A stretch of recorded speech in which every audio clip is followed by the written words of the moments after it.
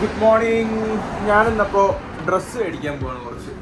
എൻ്റെ കയ്യിൽ ഇങ്ങനത്തെ കുറച്ച് ബനിയനുകളും കാര്യങ്ങളൊക്കെ തന്നെ ഉണ്ടായിരുന്നു. അപ്പോൾ കുറച്ച് ഡ്രസ്സുകൾ മേടിക്കണം എന്ന് വിചാരിച്ചു. ഒരു 3-4 ഡ്രസ്സുകൾ സമ്മർ വരാൻ പോവാണ്. അപ്പോൾ അതിൻ്റെ ഭാഗമായിട്ട് കുറേ ഡിസ്കൗണ്ടുകളും കാര്യങ്ങളൊക്കെ നടക്കുന്നുണ്ട് ഓരോ ഷോപ്സിൽ. അപ്പോൾ എവിടെയെങ്കിലും പോയിട്ട് ഒരു ഡ്രസ്സ് അല്ല 2-3 ഡ്രസ്സ് മേടിക്കണം. അതിനാണ് അപ്പോൾ പുറത്തിറങ്ങുന്നത്. രാവിലെ തന്നെ നേരത്തെ തന്നെ ഇറങ്ങിയിട്ടുണ്ട്. ഇനി നേരെ പോകണം. 2-3 കടകളൊക്കെ ഉണ്ട്. അവിടെ എവിടെയെങ്കിലൊക്കെ കയറി ഡ്രസ്സ് എവിടെയെങ്കിലും നല്ലതുണ്ടോ എന്ന് നോക്കണം. അങ്ങനെയൊക്കെയാണ് ഇന്നത്തെ പ്ലാൻ. പിന്നെ കുറച്ച് റെസ്യൂമെകൾ അപ്ലൈ ചെയ്യണം. ലാപ്ടോപ്പൊക്കെ എടുത്തിട്ടുണ്ട്. അപ്പോൾ മാളിൽ ഇരുന്ന് ചെയ്യാമെന്നാണ് വിചാരിക്കുന്നത്. അങ്ങനെ അപ്പോൾ എന്തായാലും പോട്ടെ.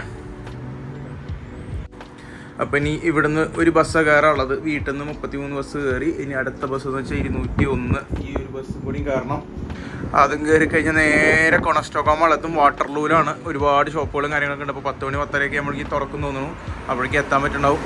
സമ്മർ തുടങ്ങുമ്പോഴേക്കും ഒരുപാട് ഓഫറുകൾ ഡ്രസ്സിൻ്റെ ഉണ്ടാവും. അപ്പോൾ ഇവിടെയാണെന്നുണ്ടെങ്കിൽ എല്ലാ ഡ്രസ്സുകൾക്കും മിനിമം ഒരു $20 ഒക്കെയാണ് വരുന്നത്. സാധാരണ നോർമൽ ഡ്രസ്സുകൾക്കൊക്കെ ഒരു $20 വരുന്നത്. അപ്പോൾ $20 എന്ന് വെച്ചാൽ നാട്ടിൽ 1200 രൂപയോളം വരും. നാട്ടിലേതാണ്ട് ഒരേ പ്രൈസൊക്കെ തന്നെയാണ് വരുന്നത്. പക്ഷേ എന്നാലും ഇവിടെ വന്ന് ജോലിയും കാര്യമൊന്നും ഇല്ലാത്ത സമയത്ത് ഇത്രയും ഡ്രസ്സ് എന്തിനാണ് മേടിക്കുന്നത് എന്നുള്ള കമൻറ്റ്സ് വരുന്നത് എനിക്കറിയാം. എന്നാലും ഞാൻ പറയാം, അത്യാവശ്യമാണല്ലോ. അപ്പം എന്തായാലും പോയി നോക്കണം. ഇനി ഒരു ഓഫറിൻ്റെ 2-3 കടകളുടെ ലിസ്റ്റ് എനിക്ക് കിട്ടിയിട്ടുണ്ടായിരുന്നു. അതിൽ ഏത് കടയിലാണ് നല്ലത് എന്ന് എനിക്ക് ഒരു ഐഡിയ ഇല്ല. പോയിട്ട് നോക്കുക വേണം. ഓൾഡ് നേവി എന്ന് പറഞ്ഞിട്ടൊരു കടയിലാണ് ആദ്യം പോകാമെന്ന് ഞാൻ വിചാരിക്കുന്നത്. അപ്പം എന്തായാലും അങ്ങോട്ട് പോട്ടെ. നല്ല കാറ്റ്, പണ്ടാര കാറ്റുള്ള ദിവസമാണ്. കൊണസ്റ്റോക്കോമെത്തി ഫുള്ളൊരു മഴക്കാറൊക്കെ ആട്ടെന്ന്. ആകെ ഒരു മഴക്കാറ് മൂടാണെന്ന്. മഴ പെയ്യുന്നൊക്കെ പ്രഡിക്ഷൻ കാണിക്കുന്നത്. അപ്പോൾ 2-3 കടയിൽ കയറി നോക്കണം. അപ്പോൾ അതിലൊരു ഓൾഡ് നേവി എന്ന് പറഞ്ഞിട്ടുള്ളൊരു കട ഉണ്ട്. അവിടെ ആദ്യം കയറണം. എന്നിട്ട് അവിടുത്തെ ഓഫർ ഉണ്ടെന്നാണ് ഞാൻ അവരുടെ വെബ്സൈറ്റിൽ കണ്ടത്. പിന്നെ നമ്മുടെ റൂമിൽ 2-3 പേര് പോയി മേടിച്ചിട്ടുണ്ടായിരുന്നു. അപ്പോൾ പോയി എന്തായാലും നോക്കട്ടെ ഓഫറുകൾ വല്ലതും ഉണ്ടോ, എന്നിട്ട് പോയി സാധനം എടുക്കട്ടെ. ഇതാണ് ഞാൻ നേരത്തെ പറഞ്ഞ ഓൾഡ് നേവി എന്ന് പറഞ്ഞിട്ടുള്ള കട. അവിടെ എഴുതി വെച്ചിട്ടുണ്ട് ഇപ്പോൾ 75% വരെ ക്ലിയറൻസ് സെയിൽ നടന്നുകൊണ്ടിരിക്കുകയാണ് എന്നുള്ളത് എഴുതി വെച്ചിട്ടുണ്ട്. അപ്പം അതായത് സമ്മർ തുടങ്ങുന്ന സമയത്ത് വിൻ്റർ ക്ലോത്ത്സ് ഒരുപാട് ക്ലിയറൻസ് സെയിലിടും. അതുപോലെ തന്നെ ഒരുപാട് സമ്മർ ക്ലോത്ത്സും നമുക്ക് ഓഫറിലുണ്ടാവും. അപ്പം ഞാനങ്ങനെ കയറി ഒരു 2-3 ടീഷർട്ടുകൾ ട്രൈ ഔട്ട് ചെയ്തു. അതുപോലെ തന്നെ ഒരു ജാക്കറ്റ് ഞാൻ മേടിച്ചിട്ടുണ്ടായിരുന്നു. ജാക്കറ്റിന് $22 ഉണ്ടായിരുന്നത്. അപ്പം അതിനൊരു $84 ഉണ്ടായിരുന്നത്. അത് ക്ലിയറൻസ് സെയിൽ ഇട്ടിട്ടാണ് 24. അപ്പോൾ ഈ കാണുന്ന ജാക്കറ്റ് ഞാനങ്ങനെ മേടിച്ചതാണ്, ഈ സൈഡിൽ കാണിക്കുന്ന പോലെ.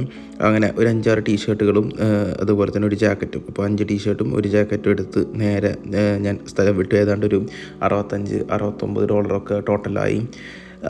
ഇനി നേരെ ഇവിടുത്തെ കഫെറ്റീരിയയിൽ പോകണം. മാളിലെ കഫെറ്റീരിയയിൽ പോകണം. അവിടെ ഞാൻ മിക്കവാറും എന്താ ചെയ്യാറ് വെച്ച് കഴിഞ്ഞാൽ റെസ്യൂമുകളും കാര്യങ്ങളൊക്കെ സബ്മിറ്റ് ചെയ്യും. ഓൺലൈനായിട്ട് അപ്ലിക്കേഷൻസ് സബ്മിറ്റ് ചെയ്യുമ്പോൾ ഇതുപോലത്തെ വല്ല മാളുകളിലോ അല്ലെന്നുണ്ടെങ്കിൽ അടുത്തുള്ള വല്ല ടിം ഹോട്ടൽസിലോ ഒക്കെ പോയിട്ടാണ് ഞാൻ മിക്കവാറും ചെയ്യാറ്.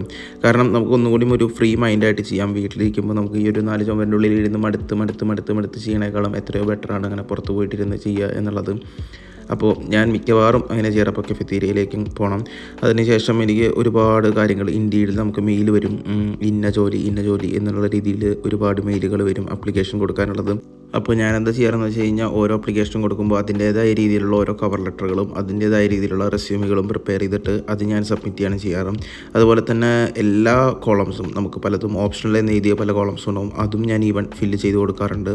അതുപോലെ തന്നെ ഓരോ മെയിൽ ID നമുക്ക് കിട്ടും. ലിങ്ക്ഡിൻ ത്രൂ ആണെങ്കിലും അതുപോലെ ഇൻഡീഡിലാണെങ്കിലും ഓരോ കമ്പനീസിൻ്റെ അതിൻ്റെ ഹയറിംഗ് മാനേജേഴ്സിൻ്റെ മെയിൽ ID ഒക്കെ കിട്ടും. അപ്പോൾ അവർക്ക് ഓരോ പൊസിഷൻ അവൈലബിൾ ഉണ്ടെന്നുണ്ടെങ്കിൽ അതിനൊക്കെ വെച്ചിട്ട് മെയിൽ ചെയ്യുക എന്നുള്ളതാണ് ഞാൻ പിന്നീട് ചെയ്യാറുള്ള ഒരു കാര്യം എന്ന് വെച്ച് കഴിഞ്ഞാൽ. അങ്ങനെ എല്ലാ പരിപാടിയും കഴിഞ്ഞു. കുറേ റെസ്യൂമൊക്കെ വെച്ച് അപ്ലൈ ചെയ്തു. കുറേ സ്ഥലങ്ങളിൽ കുറച്ച് ബനിയനും കാര്യങ്ങളൊക്കെ മേടിച്ചു. അത് കഴിഞ്ഞു. ഇനി നേരെ കൊണസ്റ്റോക്കോം മാളിൽ വീട്ടിൽ പറഞ്ഞ് നേരെ വീട്ടിലേക്ക് പോകണം. 201 ബസ്സുണ്ട്. അത് കയറുക. നേരെ 33 2 ബസ്. സോ അപ്പോൾ അത്രയൊക്കെ തന്നെ ഇന്നത്തെ വീഡിയോ ഉള്ളൂ. അപ്പോൾ അടുത്തൊരു വീഡിയോ ആയിട്ട് കാണാം. ബൈ.